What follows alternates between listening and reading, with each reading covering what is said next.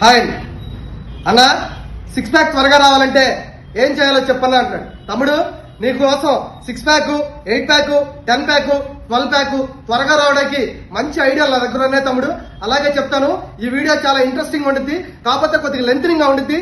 చాలా పాత సినిమాల్లో కూడా చూసుంటావు. నేను చెప్పే ఒక చిన్న కథ విను తమ్ముడు. ఒక కొండ ఒకే చోట తయారైంది, ఒకే చోట పుట్టింది, తను ఒకే చోట నుంచి తీసుకొచ్చారు. రెండు రూపాలుగా మలిచారు. అందులో ఒక గుడిలో ఒక గడపైంది, ఒక స్వామి అయ్యాడు.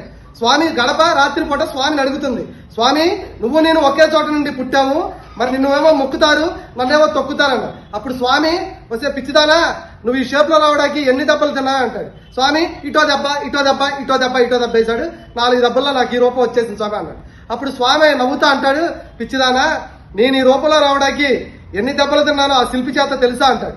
నాకు తెలియదు స్వామి అంటాడు. అయితే విను, కంటికి 2000 దెబ్బలు, ముక్కుకి 4000 దెబ్బలు, కన్ను నుదుటికి 12,000 దెబ్బలు, ఇలాగా కొన్ని లక్షల సార్లు దెబ్బలు తింటే నేను ఈ రూపంగా తయారయ్యాను. అందువల్లనే నన్ను మొక్కుతారు, నిన్ను తొక్కుతారు.